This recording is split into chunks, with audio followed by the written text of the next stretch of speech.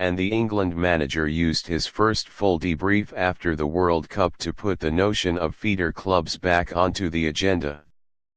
Disturbingly, just 66 of the 220 players to start games in the Premier League last weekend were qualified to play for England.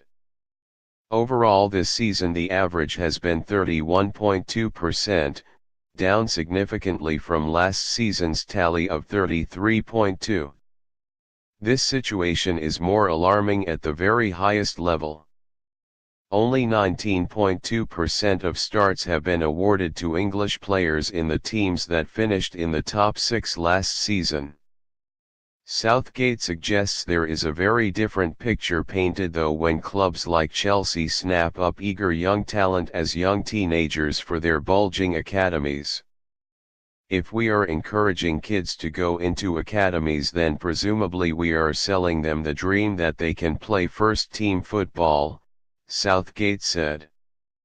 There is an ethical challenge there. To get into the first team at one of the big clubs is a harder challenge, so you have accept that it is easier to break through at a smaller club.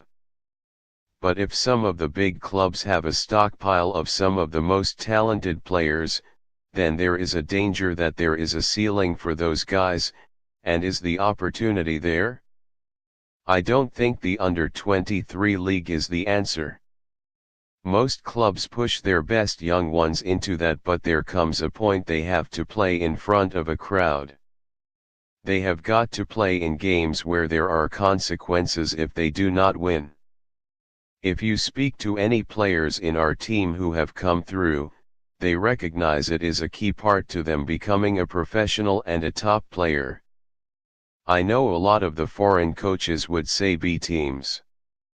Whether that could work here is a huge emotional debate, but it is not something we can leave.